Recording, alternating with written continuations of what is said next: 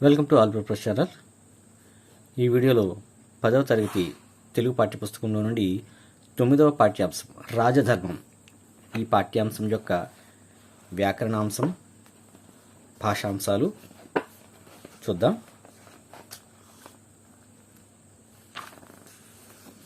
Page number 104లో పద్యం ఇవ్వటం జరిగింది. పద్యాన్ని చదివి ప్రశ్నలకు సమాధానాలు రాయండి. ప్రశ్నలు: పాలకుడు తనకంటే గొప్పవాళ్ళతో ఎలా ఉండాలి? దీనికి సమాధానం: పాలకుడు తనకంటే గొప్పవాళ్లతో భక్తిభావంతో ఉండాలి. 2. తనతో సమానమైన వాళ్ళతో ఎలా ఉండాలి? జవాబు: తనతో సమానమైన వాళ్ళతో స్నేహపూర్వకంగా ఉండాలి. 3. తనకంటే తక్కువ వాళ్ళతో ఎలా ఉండాలి? జవాబు: తనకంటే తక్కువ వాళ్ళతో దయతో ఉండాలి. 4. ఈ పద్యానికి ఒక శీర్షిక పెట్టండి. దీనికి జవాబు: పాలకుడి లక్షణాలు. ఇక 105వ పేజీలో ఒక పేరాను ఇచ్చి ఆ పేరాకు సంబంధించినటువంటి ప్రశ్నలు ఇచ్చి సమాధానాలు రాయమన్నారు. పేరాను చదివి వీటిని చదువుకుంటే పూర్తిగా అవగాహన వస్తుంది. 1వ ప్రశ్న: రఘునాథరాయలను రచయిత ఎవరితో పోల్చాడు? దీనికి జవాబు: శ్రీకృష్ణదేవరాయలతో పోల్చాడు. 2వ ప్రశ్న: ఇతరులతో రఘునాథుని ప్రవర్తన ఎలా ఉండేది? దీనికి జవాబు: మంచి చెడులను గుర్తించి ఉద్యోగులను గౌరవిస్తాడు. అరకొర సహాయం కాకుండా సంపూర్ణంగా సహాయం చేస్తాడు. 3వ ప్రశ్న: యాచకుల కోసం రఘునాథుడు ఏం చేశాడు? దీనికి జవాబుగా యాచకుల కోసం సత్రాలు నిర్మించి ప్రతిరోజు వేల మందికి అన్నదానం చేయించాడు. తర్వాత 4వ ప్రశ్న: రఘునాథుడు తన సేవకులను ఎలా ఆదరించారు?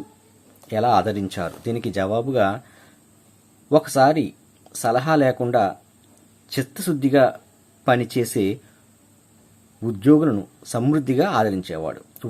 ఒకసారి కాదండి, ఒకరి సలహా లేకుండా.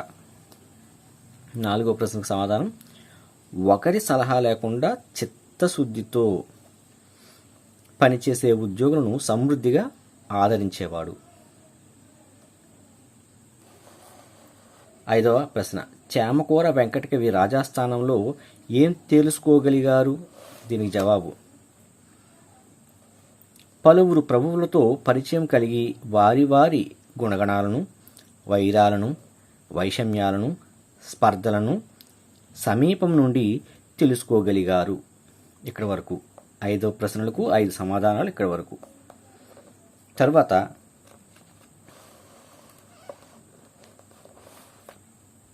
అంశంలో ఏకవాక్య సమాధానాలు రాయండి అని ఉంది. ఈ పాఠం ఏ కావ్యం నుండి స్వీకరించబడింది? దీనికి సమాధానంగా ఈ పాఠం అముక్తమాల్యద అనే కావ్యం నుండి స్వీకరించబడింది.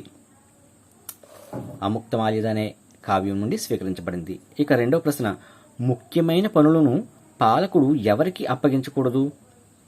దీనికి జవాబుగా ముఖ్యమైన పనులను పాలకుడు చెడ్డవాళ్ళకి అప్పగించకూడదు. 4వ ప్రశ్న: పాలకుడు దేశాన్ని ఎవరిలాగా కాపాడుకోవాలి? దీనికి జవాబు: పాలకుడు దేశాన్ని ఎలుగుబంటిలా అప్రమత్తంగా ఉండి కాపాడుకోవాలి. దీనికి ఇది సరైన సమాధానం. చాలా గైడ్లోని మెటీరియల్ను తప్పుగా రాశాడు. పాఠాన్ని అనుసరించి పాఠంలో పద్యాలు చదివితే తెలుస్తుంది. పాలకుడు ఎలుగుబంటిలాగా అప్రమత్తతో ఉండి తన దేశాన్ని కాపాడుకోవాలనే భావం పద్యాల్లో ఉంది. కాబట్టి ఇది సరైన సమాధానం. ఇక 106వ పేజీలో భాషాంశాలు. ఎర్ర రంగు సిరాలో ఉన్నటువంటి పదాలకు అర్థాలు రాసి వాటితో సొంత వాక్యాలు రాయమన్నాడు. స్వప్నం అంటే కళ. ఇప్పుడు కళ అనే పదంతో సొంత వాక్యం రాయాల్సి ఉంది. అయితే ఇక్కడ కొంత ఖాళీ ఇవ్వాలి సొంత వాక్యం రాయడానికి, ఇక్కడ ఇవ్వలే. అస్త అంటే శ్రద్ధ, ఈజీక్వల్ టు పెట్టి శ్రద్ధ అని రాసుకోండి. బిషక్కులు అంటే వైద్యులు, హితులు అంటే మేలు కోరేవారు, మృషలు అంటే అబద్ధాలు. ఇప్పుడు కళ, శ్రద్ధ, వైద్యులు, మేలు కోరేవారు, అబద్ధాలు, వీటితో సొంత వాక్యాలను పైన రాయడం జరిగింది. కొన్ని క్రింద రాశాను. 1. సొంత వాక్యం. కళలు నిజమవుతాయి అనుకోవటం మూఢనమ్మకం. 2. శ్రద్ధ. శ్రద్ధతో పనిచేస్తే ఎంత కార్యమైనా సఫలమవుతుంది. ఎంతటి అని పెట్టినా తప్పులేదు. ఎంత కార్యమైనా సఫలమవుతుంది, ఎంతటి కార్యమైనా సఫలమవుతుంది. 3. వైద్యులు. వైద్యులు దైవంతో సమానం. 4. మన మేలు కోరేవారే నిజమైన స్నేహితులు. 5.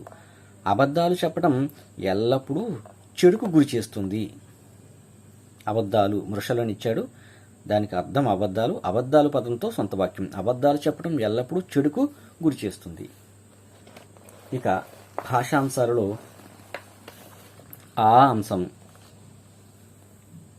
పర్యాయ పదాలు రాయాలి. ఈ పర్యాయ పదాలతో వాక్యాన్ని రాయాల్సి ఉంది. పర్యాయ పదాలను ఉపయోగించి వాక్యం రాయాల్సి ఉంది. ఇక్కడ కలన ఇచ్చాడు, అంటే యుద్ధం, రణం, పోరు, సమరము. ఈక్వల్ టు పెట్టి యుద్ధం, రణం, పోరు, సమరము. ఈ పదాలు వచ్చే వాక్యం. యుద్ధం అన్ని విధాల నష్టం కలిగిస్తుంది, కావున పోరు పనికిరాదు. తర్వాత బృందం. దీనికి పర్యాయ పదాలు సమూహము, గుంపు. ఈక్వల్ టు పెట్టి సమూహము, గుంపు రాసుకోండి. జాతరకు స్నేహితుల సమూహంతో వెళతాం, గుంపుగానే తిరుగుతాం. క్షితి. భూమి, నేల, ధరణి. నేలను దున్నితే పంట పండుతుంది, భూమి లేనిదే మనిషి లేడు. వ్రాతము. బృందము, సమూహము, గుంపు. బృందము, సమూహము, గుంపు, వ్రాతము, ఇవన్నీ పర్యాయ పదాలు. వ్రాతం అని కూడా ఇచ్చాడు. వ్రాతం అంటే బృందము, సమూహము, గుంపు. కళాకారుల బృందం రంగస్థలంకు వచ్చి గుంపుగా నాట్యం చేశారు. ఈ పర్యాయ పదాలతో వాక్యం ఇది.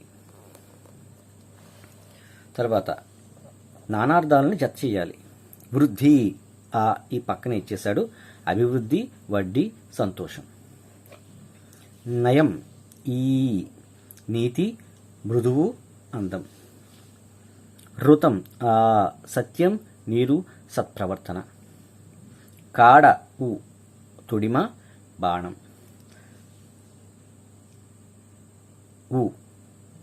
ఇదండి కాడ, చదవాలి, తొడిమ, బాణం. శరం, రెల్లు, బాణం, నీరు.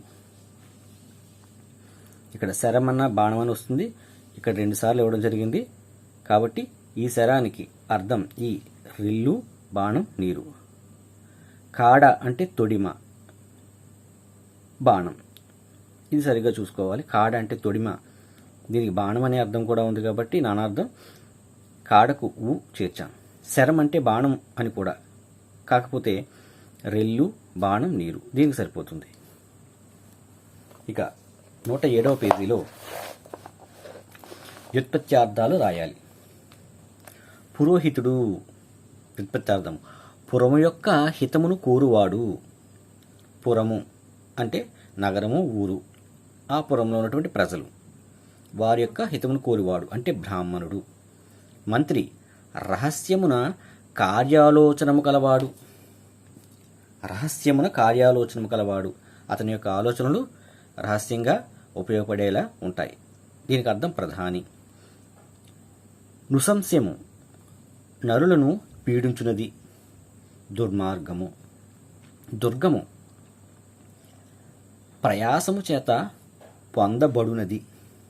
కోట. ప్రకృతి వికృతులు జత చేయాలి. మౌక్తికం, ముత్యం. పశువు పసరము, ద్వీపం దీవి, శక్తి సత్తువ, నిద్ర నిదుర. ఇక 107వ పేజీలో వ్యాకరణాంశాలు. సంధి పదం ఇచ్చాడు, విడతీసి సంధి పేరు రాయాల్సి ఉంది. ఎవ్వాడు ఏ ప్లస్ వాడు త్రిక సంధి. గుణాతీతుడు గుణ ప్లస్ అతీతుడు గుణాతీతుడు సవర్ణ దీర్ఘ సంధి. ఒకంత ఒక ప్లస్ ఇంత ఒకంత అత్వసంధి. దీవులుగొన్న దీవులు ప్లస్ కొన్న దీవులుగొన్న గసడ దవాదేశ సంధి. మృషయేని మృష ప్లస్ ఏని మృషయేని ఎడాగమ సంధి. 107వ పేజీలో ఒక పట్టికిచ్చాడు. ఈ పట్టికను సందు విడదీసి రాసి పూరించాల్సి ఉంది. యదంగోరు యదన్ ప్లస్ కోరు యదంగోరు సరళాదేశ సంధి.